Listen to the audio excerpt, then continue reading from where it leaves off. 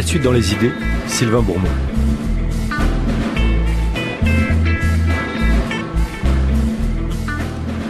Dans beaucoup de pays, du sud comme du nord, de l'est comme de l'ouest, les post-colonial studies sont comme un fanion qu'agitent en signe de reconnaissance mutuelle nombre d'intellectuels qui, au-delà de leurs différences d'approche et d'objets, partagent la nécessité de penser en s'inscrivant de plein pied dans l'âge ouvert par la fin du colonialisme européen.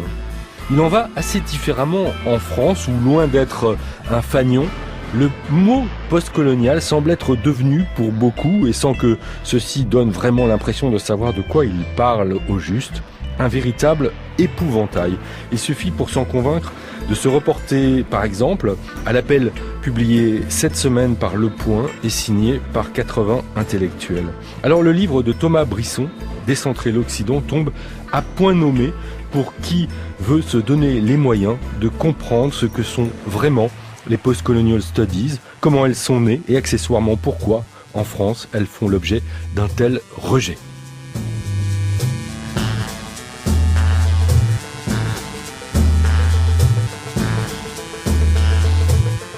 Et c'est de musique postcoloniale dont on parlera dans la deuxième partie de l'émission avec le rappeur Rossé qui nous rejoindra. Il vient de diriger une anthologie, Parler damnés de la Terre, qui regroupe des voix de lutte enregistrées entre 1969 et 1988. Mais on commence avec vous, Thomas Brisson. Vous êtes maître de conférence au département de sciences politiques de l'université Paris 8 et vous publiez aux éditions La Découverte Décentrer l'Occident, les intellectuels postcoloniaux chinois, arabes et indiens et la critique de la modernité. Alors votre livre est construit en deux grandes parties. D'un côté, vous vous intéressez à une chose fort peu connue, le néo-confucianisme, la manière dont un certain nombre d'intellectuels chinois ont produit depuis maintenant une trentaine ou une quarantaine d'années une pensée originale et la manière dont cette pensée a été produite aux États-Unis en particulier, dans d'autres pays occidentaux et puis évidemment en Asie. Et puis dans la deuxième partie du livre, vous vous intéressez aux post-colonial studies plus strictement définis, même si vous appliquez le mot à l'ensemble en fait. Vous vous intéressez à ce qu'on appelle les subaltern studies par exemple, mais aussi à tout ce qui s'est fait dans le sillage du grand livre, très important livre d'Edouard Saïd, L'orientalisme, paru en 1978. Alors ce livre est un livre de sociologie, c'est un livre qui essaye de comprendre comment ont pu apparaître un certain nombre de pensées, comment ces chercheurs ont à un certain moment de leur vie, on va le voir, c'est important, bifurqué vers d'autres manières de penser le monde qui était le leur, mais c'est aussi un livre qui donne l'occasion de faire le point, et on en a bien besoin au vu de ce qu'on peut lire à droite à gauche, qui est très peu informé sur ce que sont ces post-colonial studies. Alors vous en proposez une définition au fond assez simple de Thomas Brisson. On peut dire que les post-colonial studies, c'est un ensemble de travaux qui sont le fait de gens qui ont pris conscience de la nécessité, au fond, de prendre acte du fait qu'on était entré dans une nouvelle époque après la colonisation et que dès lors on pouvait pas laisser cette dimension-là de côté quand on produisait de la philosophie, des études littéraires, de la sociologie. Oui, c'est ça. À la fois, on est rentré dans une nouvelle époque après la colonisation, et puis cette colonisation, elle reste présente, mais de manière peut-être muette, non dite, silencieuse, si vous voulez, souterraine. Et donc, je crois que cette pensée postcoloniale, au sens très large, c'est l'effort pour essayer de montrer, d'exhiber ce qui reste sinon silencieux ou souterrain. Bon, c'était l'un des enjeux, justement, comme vous le rappeliez, de mettre finalement deux courants très différents à peu près sur le même pied d'égalité, puisque, alors, d'une certaine manière, les post-colonial studies au sens restreint du terme, c'est-à-dire à la fois des gens qui sont dans la lignée d'Edward Said, un intellectuel palestinien américain, un intellectuel arabe bien sûr, et puis de l'autre côté des intellectuels indiens. Donc ces gens-là sont dans une critique que l'on peut dire marxiste ou post-marxiste finalement, pour qui la critique postcoloniale est inséparable d'une critique du capitalisme. Mais on a d'autres groupes, et c'est pour ça que les néo-confucéens m'intéressaient, qui eux ont une vision beaucoup moins critique du capitalisme finalement. On peut même dire que qu'ils arment leur critique à un moment où le capitalisme asiatique et puis chinois prend son essor. Et donc, ce qui m'intéressait finalement en comparant ces deux groupes, c'est de montrer que cette critique postcoloniale, elle pouvait prendre des voies politiques finalement extrêmement diverses. Elle pouvait même s'appuyer sur un rapport complètement différent au capitalisme, et pourtant continuer à penser quelque chose qui est commun, qui est cette présence souterraine et assez petite, assez peu mise en avant de la colonisation. L'enjeu, c'est de comprendre comment a pu naître une pensée critique à l'égard de l'Occident et de ses prétentions à l'universalisme, avec les outils de la pensée occidentale et en particulier de la philosophie des Lumières, de la philosophie critique. C'est-à-dire que cette critique portée par les post-colonial studies, elle est d'abord et avant tout arrimée, appuyée à une tradition critique qui est proprement occidentale. C'est ça qui semble peut-être de prime abord paradoxal, Thomas Brisson. Oui, absolument. On pourrait dire finalement que la pensée postcoloniale, elle part d'une constatation qui est que des années ou des décennies après la fin de la colonisation politique, la décolonisation que l'on peut dire intellectuelle ou scientifique n'a pas eu lieu, ou pas dans les mêmes temporalités, dans les mêmes de la même ampleur, si vous voulez. Donc à partir de là, se pose un problème à des intellectuels qui viennent d'horizons aussi différents que le monde indien, le monde arabe, le monde chinois, qui est qu'est-ce qu'on fait avec cette pensée occidentale qui reste présente, qui reste centrale, qui reste incontournable finalement pour des intellectuels qui viennent pourtant de mondes non occidentaux. On pourrait peut-être le dire autrement. Dans les années 1960, quand il y a une première phase de décolonisation qui est à la fois politique et intellectuelle, il y a toujours l'espoir, il y a toujours la possibilité pour des intellectuels non occidentaux de se dire on va pouvoir se passer des sciences occidentales. De la même manière qu'on peut se passer politiquement de l'Occident, on pourra s'en passer scientifiquement et intellectuellement.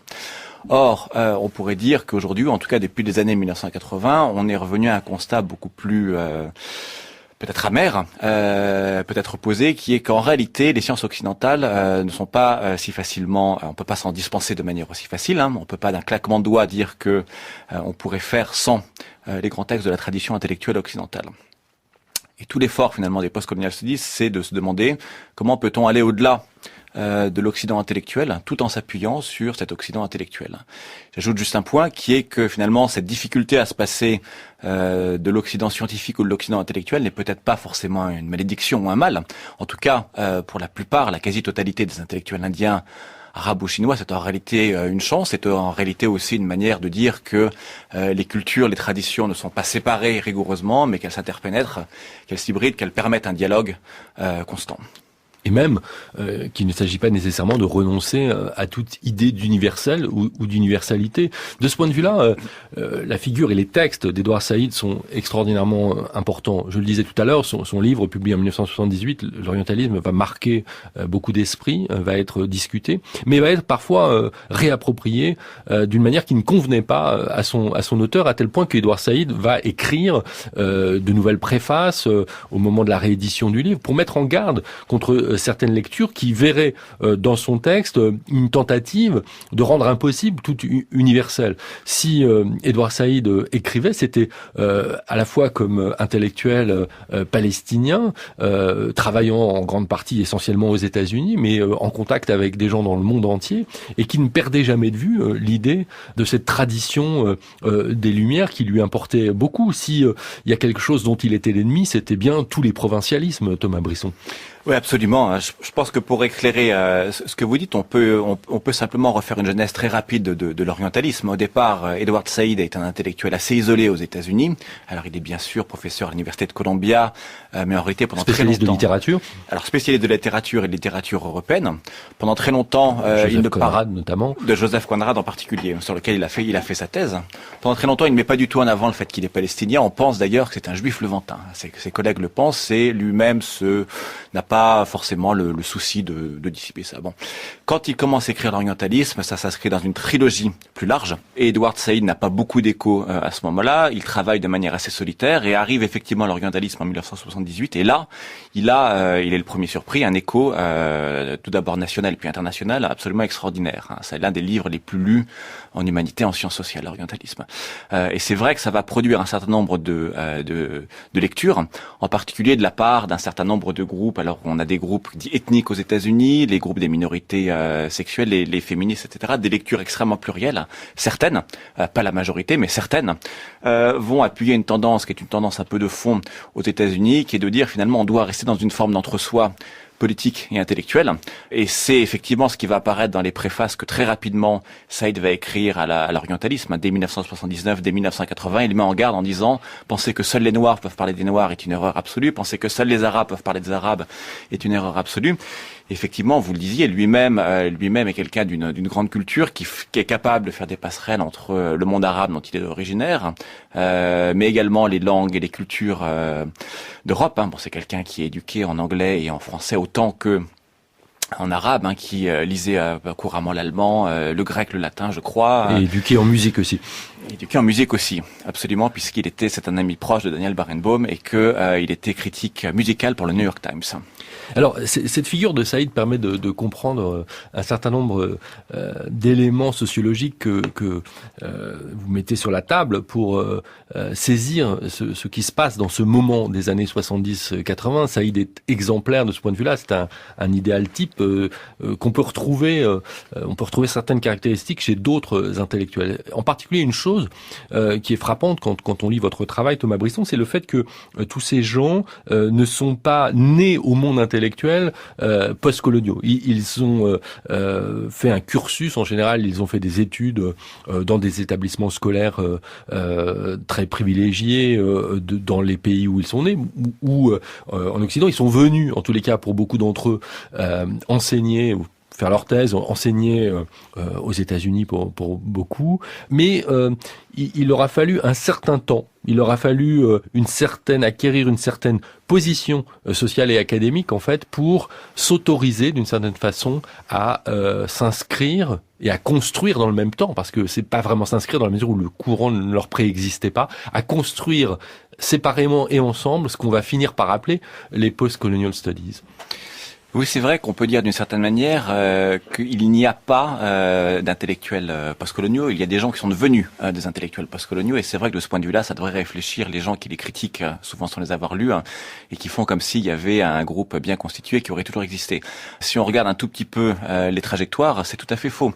Ce sont des gens qui sont venus, donc effectivement, vous le disiez, pour des études en Occident, et souvent après avoir été éduqués dans les langues des colonisateurs, l'anglais, le français, en particulier. Et ce sont des intellectuels qui, pendant très longtemps, n'accordent pas la moindre importance à leur monde d'origine. De ce point de vue-là, on pourrait dire qu'il y a quelque chose comme de leur part un refus, en tout cas une impossibilité à penser ce que c'est qu'une origine non occidentale. Alors vous le disiez, ils se fondent plutôt dans leur société d'arrivée, ils se font discrets. Il y a presque quelque chose que Abdelmalek Sayad constatait pour l'émigration populaire ouvrière algérienne, qui est la question de la politesse, c'est-à-dire on ne fait pas de bruit, on ne fait pas de vagues, on rase les murs, on se cache, etc. Et mutantis mutandis, j'ai envie de dire, c'est un peu ça aussi pour les intellectuels. Pendant très longtemps, on fait tout pour apparaître le plus orthodoxe possible. Alors Saïd a travaillé sur Conrad, Gayatri Spivak a travaillé également sur un poète irlandais, Yeats, et donc tous et objet toutes, canonique s'il en est. Objet canonique. La seule petite différence, c'est que Conrad et Yeats sont finalement des gens qui sont entre plusieurs langues et entre plusieurs pays. Mais c'est la seule chose. Il s'agit de s'intégrer le plus orthodoxement, on pourrait dire, possible. Par contre, c'est vrai que dans toutes les trajectoires, on voit un moment où il y a quelque chose comme une rupture. Alors il y a des ruptures politiques générale, j'ai envie de dire globale, qui se passe à ce moment-là. Les années 70 sont des années de grande conflictualité globale, pourrait-on dire. Et dans cette conflictualité globale, eh bien, les intellectuels vont individuellement retrouver eux aussi une forme de distance par rapport à ce qu'a été leur trajectoire orthodoxe auparavant, et vont mettre en avant petit à petit des dimensions identitaires, intellectuelles, politiques qui avaient été cachées et refoulées. Alors, on le voit avec Saïd qui va devenir le héros de la cause palestinienne aux États-Unis, alors qu'auparavant, encore une fois, il ne le mettait pas en avant. Gayatri Spivak va s'intéresser aux littératures des femmes indiennes auxquelles elle n'avait pas prêté beaucoup d'intérêt auparavant, etc., etc. Et ça, c'est des choses que l'on voit, et que l'on voit aussi chez les néo-confucéens, par exemple chinois, sino-asiatiques, qui eux ne s'intéressaient assez peu, si vous voulez, aux dimensions vivantes de la pensée confucéenne, travaillaient comme historiens, et qui tout à coup, pareil dans les années 70, vont s'intéresser à la manière dont le confucianisme pourrait aujourd'hui, donc dans les années 70-80, redevenir vivant. Alors, mais qui sont-ils ceux-là ? Parce qu'on connaît quand même assez bien la figure de Saïd, son œuvre en France. On connaît un peu moins bien, mais quand même, celle de Spivak ou d'autres subalternes, auteurs subalternes, comme comme on dit. Mais en revanche, pour ces auteurs chinois, alors là, on est dans un continent très largement inconnu. Moi, j'ai découvert, en vous lisant Thomas Brisson, l'importance, au fond, de ce courant. Moi, je l'ai découvert aussi un peu par hasard, et c'est vrai qu'il est en France alors extrêmement peu connu. Aux États-Unis, il n'est pas forcément très connu non plus. Il commence paradoxalement juste à être connu en Asie, où ces penseurs sont progressivement, alors à partir peut-être quand même des années 2000, revenus, soit enseigner, soit donner des conférences. Ce que l'on peut dire, c'est que ce sont des intellectuels chinois pour la plupart qui ont déjà immigré assez rapidement après la prise de pouvoir par les communistes à la fin des années 40. Ils se sont réfugiés pour un certain nombre à Hong Kong, à Taïwan, à Singapour, et puis leurs héritiers dans les années 60-70 sont venus faire des études aux États-Unis, et ils sont venus faire des études qui sont au départ des études souvent d'histoire ou on peut dire d'histoire de la pensée. Donc ce sont des gens qui ont travaillé sur la tradition confucéenne, mais en la regardant de très loin. Une tradition qui en réalité aurait connu ses heures de gloire, alors peut-être au XIIIe siècle ou bien au moment de la première pensée confucéenne au Ve siècle avant Jésus-Christ, mais qui n'aurait plus finalement grand intérêt pour la période contemporaine. Or, dans les années 1970, c'est un peu la même chose. Ces penseurs vont tout à coup dire cessons de travailler en historien, cessons de travailler comme si le confucianisme était une pensée morte, et puis voyons ce qu'il peut nous dire aujourd'hui, en 1980, 1990, 2000, pour penser à la fois ce que c'est qu'être un asiatique dans le monde moderne. Comment fait-on face au capitalisme? Comment fait-on face au changement climatique? Comment fait-on face aux écarts de richesse? Est-ce que la pensée confucéenne peut nous dire quelque chose? Et puis ils vont au-delà du simple cadre asiatique, puisque vous l'avez dit tout à l'heure, ils proposent une forme d'universalisme aussi, et ils disent aux Occidentaux, eh bien nous arrivons avec une pensée qui a dès le départ des présupposés différents.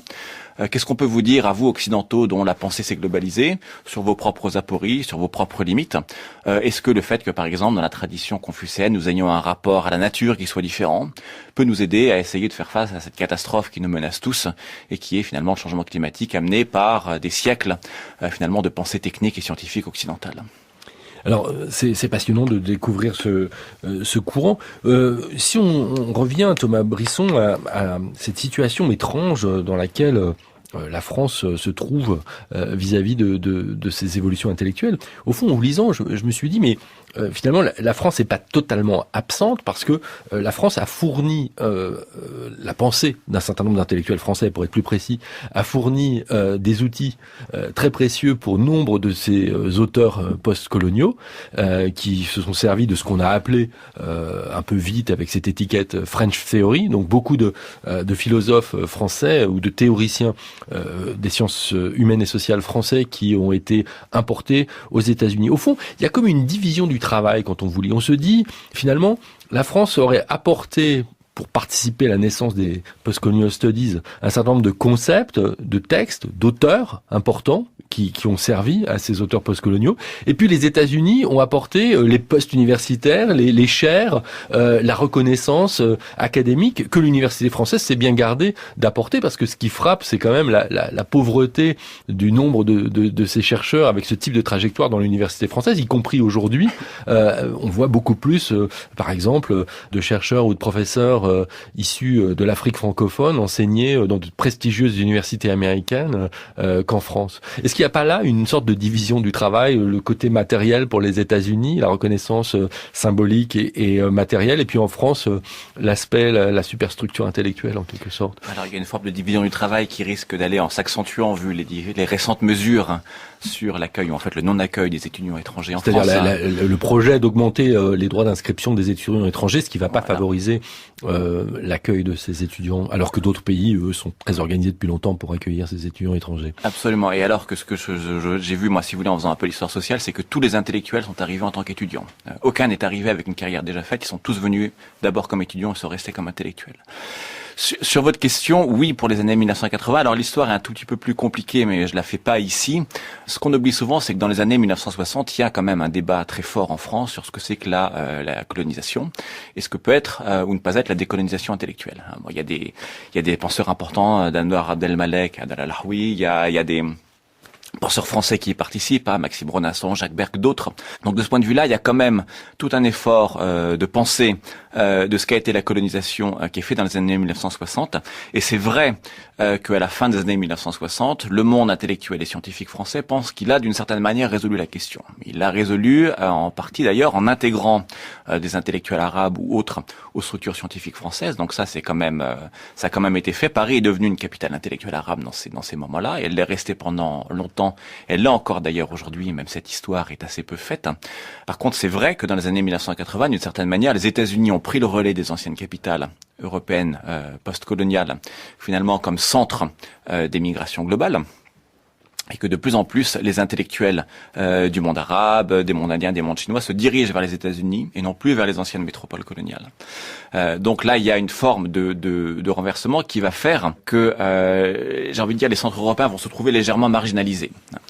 Dans le même temps, et c'est effectivement le paradoxe, la France continue à fournir une grande partie de on pourrait dire de l'armature théorique des post-colonial studies, puisque que ce soit chez Derrida, que ce soit Foucault, que ce soit d'autres, la plupart des grands théoriciens des post-colonial studies aux États-Unis se sont appuyés sur les textes critiques d'intellectuels français. Alors là, montrant encore une fois qu'en réalité, il y a des passerelles extrêmement fortes entre une pensée occidentale d'un côté et une pensée non occidentale ou post-coloniale de l'autre, et que l'idée qu'il y aurait une rupture totale, que le décolonial serait la fin de toute universalité, de tout échange intellectuel, relève du fantasme absolu.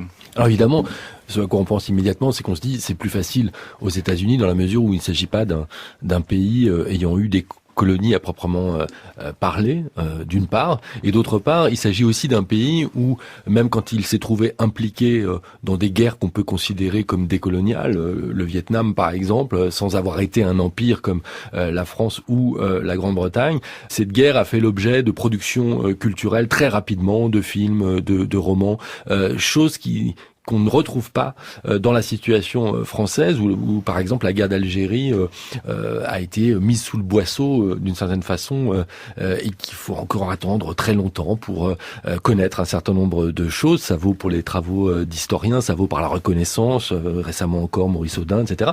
Voilà, est-ce qu'il n'y a pas ce décalage au fond et cette situation spécifique des États-Unis comme un pays avec une histoire différente qui était peut-être un contexte plus propice au développement de ces post-colonial studies? Oui, je crois qu'effectivement il y a quand même un système politique qui vacille aux États-Unis dans les années 60-70 et on ne le mesure pas et il vacille à plusieurs niveaux. Il vacille à Hollywood par exemple. On sait maintenant assez bien que les personnes qui étaient en charge de faire travailler Hollywood de manière assez classique ont perdu pied à ce moment-là et que ça a permis à une génération d'artistes, de réalisateurs de dire autre chose, de faire des films qui étaient impensables 5 ans auparavant. On pense à Cimino, on pense à absolument comme ça. Absolument. Bon, et tout ce qui a pu être fait rapidement sur la guerre du Vietnam et précisément dans cette lignée. En France, c'est des temporalités différentes. Je pense que c'est aussi un système politique complètement différent. Il y a à la fois une crise, mais il y a une reconstitution qui se fait de manière totalement différente des États-Unis. Je rajoute juste un point. Je crois qu'aux États-Unis, dans les années 1970, c'est aussi le moment où la société américaine va commencer à s'appréhender comme une société multiculturelle, ce qui n'était pas forcément le cas auparavant. Il y a toute une réflexion qui est faite sur ce que c'est que l'immigration, sur la nature non systématiquement blanche et européenne, on peut dire, des États-Unis.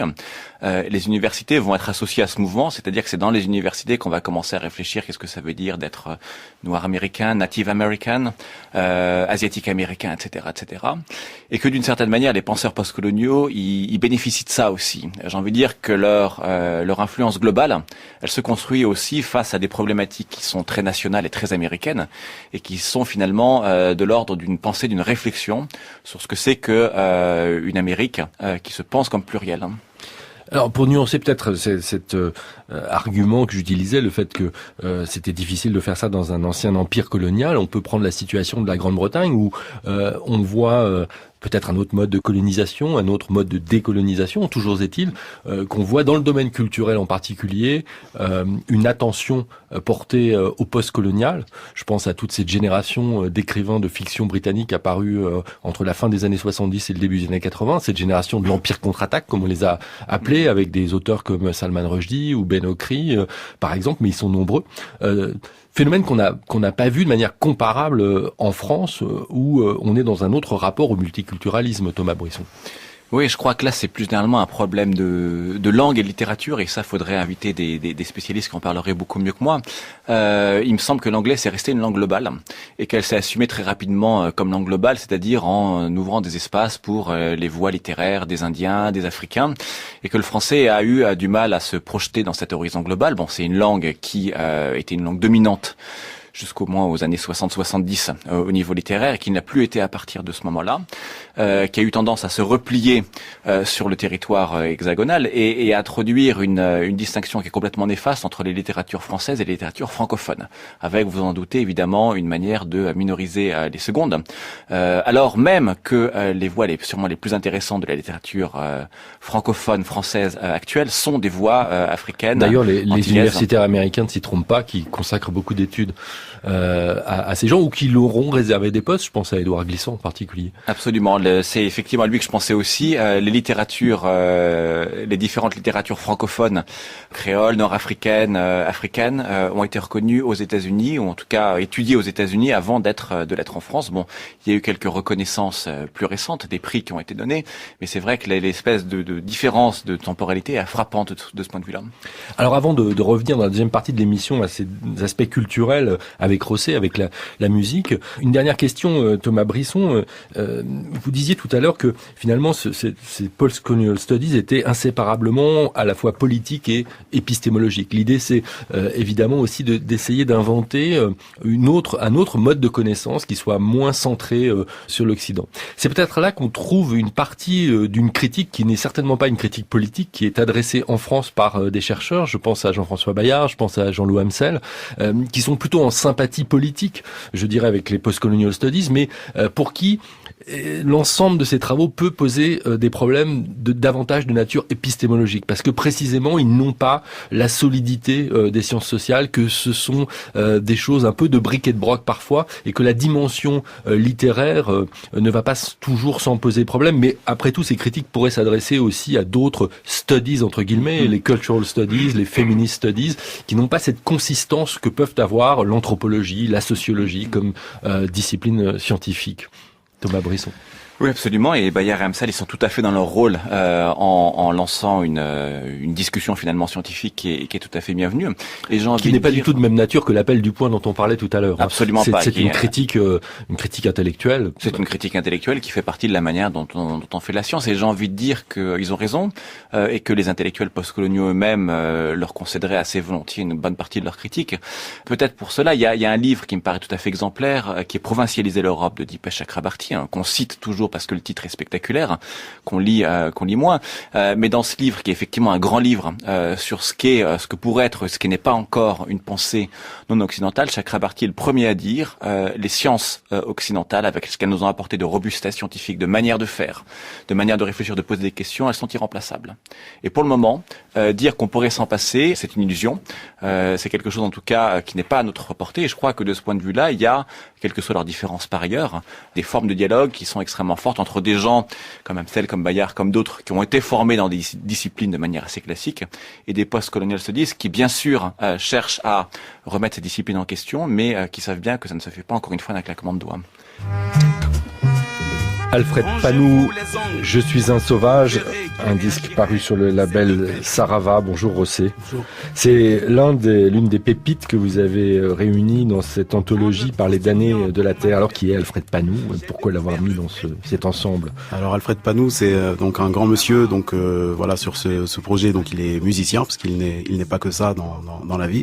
Donc c'est un Béninois, un morceau avec l'Art Ensemble of Chicago, donc fabuleux groupe de free jazz américain, donc de Chicago, et qui était réuni en France par le label Sarava, par Pierre Barou, exactement, donc où il a fait donc un 45 tours de morceaux Je suis un sauvage et FSB Le moral nécessaire, et donc c'est assez intéressant parce que c'est un morceau effectivement où il raconte un peu sa condition d'être humain noir béninois en France. Il explique un peu toutes les strates, toutes les problématiques de son identité. Alors ce morceau, on le trouve sur cette compilation Parler damnés de la Terre, des voix de lutte 1969-1988. On peut dire au fond que c'est c'est la bande son de l'histoire que vient de raconter Thomas Brisson. En tous les cas, pour ce qui concerne la francophonie, enfin ceux qui, pour qui le français est la langue principale, ou en tous les cas la langue d'expression politique. C'est ça, exactement. C'est intéressant parce que ça montre que c'est pas deux blocs, qu'il n'y a pas l'histoire et les sociologies des pays colonisés et l'histoire et les sociologies de l'Occident, que ce sont des choses qui de toute façon sont mêlées. Et comme le disait Fanon à sa manière, la découverte de la Lune ou le fait de mettre un pied sur la Lune, ça appartient à l'humanité, ça appartient pas ni à l'Occident ni à autre chose. Et un peu ce projet, ça montre aussi ça parce que au final, des gens qui s'expriment en français, comme disait Kateb Yassine, la langue française est peut-être un putain de guerre. Au final, ils expriment des choses qui viennent de leur identité et qui viennent justement de, entre guillemets, ce multiple. Vous parliez d'Edouard Saïd, et c'est vrai qu'Edouard Saïd parlait aussi de son métissage et de ce fait de pouvoir en fait au final porter quelque chose de multiple, qui est quelque chose qui est difficile à porter au final parce que on porte des choses au pluriel et pas seulement une seule chose. Et je pense que c'est ça aussi qui est intéressant dans un projet comme ça. On est loin d'une réduction à une identité.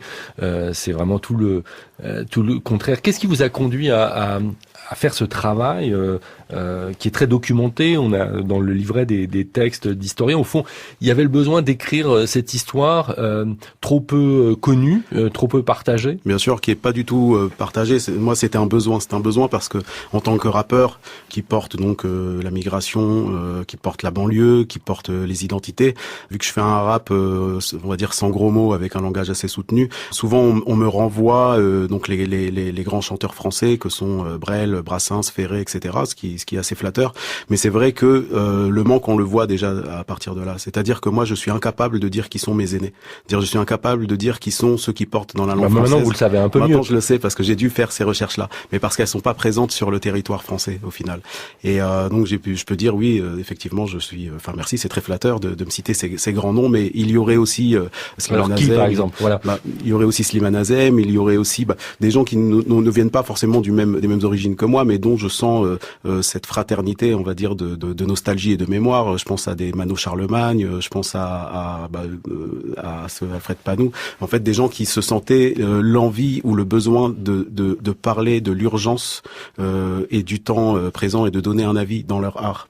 On trouve, si on regarde les pays d'origine, ça commence par la Kanaki, puisqu'il y a un discours célèbre de Jean-Marie Tjibaou qui date de 74, le discours, mais ça va au Bénin, en Guyane, au Vietnam, au Québec, au Cameroun, au Burkina Faso. Enfin, ouais. Ça dessine un monde très très vaste au fond. Il y a en commun, au-delà de cette dimension géographique, un souci politique et un souci social aussi extraordinairement fort. Ouais. C'est pas par hasard si vous avez choisi d'appeler ça les damnés de la Terre quand même. Non, parce que effectivement c'était par les damnés de la Terre, c'est en gros ça veut dire par ceux qui étaient destinés à ne seulement chuchoter dans cette société. C'est-à-dire que justement, vous en parliez tout à l'heure, cette manière de s'intégrer dans la discrétion, dans la pudeur. Voilà, ils n'étaient pas destinés à dire, à crier, à clamer leur voix et à clamer leur avis. Donc voilà, c'est en fait tous ces gens-là, les damnés de la Terre.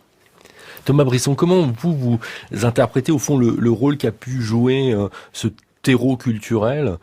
Finalement, on pourrait le dire autrement. On pourrait dire quel type de croisements se sont fait jour entre ce qu'on appelle les post-colonial studies, dont on parlait pendant toute cette émission, et les cultural studies, qui est une autre ère d'études qui, elle s'est intéressée à porter attention à des genres culturels jusque-là méprisés ou peu considérés. Est-ce qu'il y a des croisements entre ces deux ères, finalement, post-colonial et cultural studies?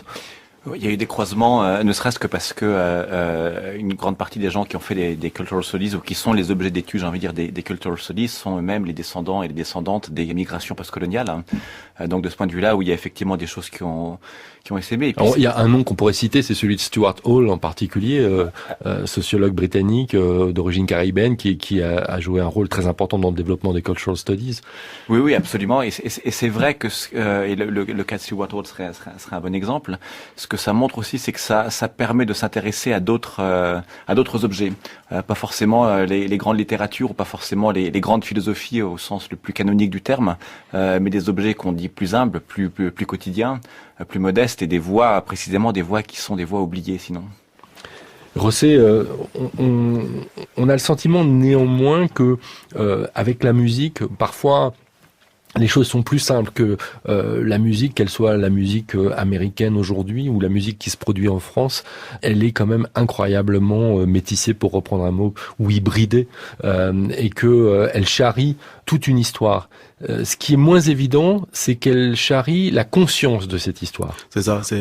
J'ai toujours pensé, je le pense encore, que l'art est très en avance sur le reste, et que la musique est très en avance sur le reste. De la musique suivent les analyses. Elles sont pas avant la musique, elles sont après la musique.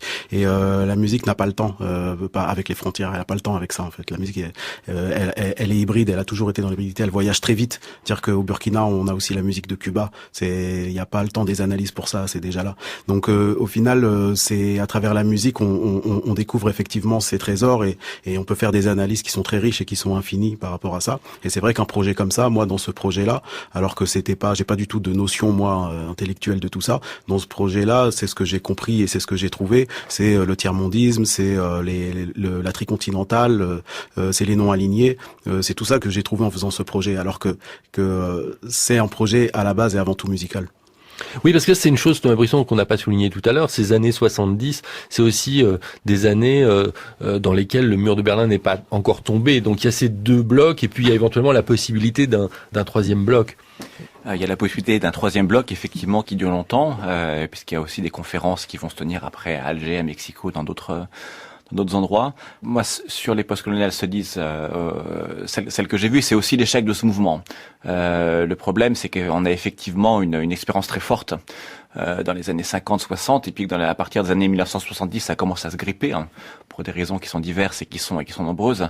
Mais donc, ça veut dire que ça va aussi se recréer ailleurs. Et c'est vrai que tout ce qui est de l'ordre de la culture, la musique ou la pensée pour les colonial studies, c'est une forme finalement de poursuite, de recomposition de ce qu'a été l'idéal tiers-mondiste. Mais plus culturel au fond que politique au sens organisationnel du terme.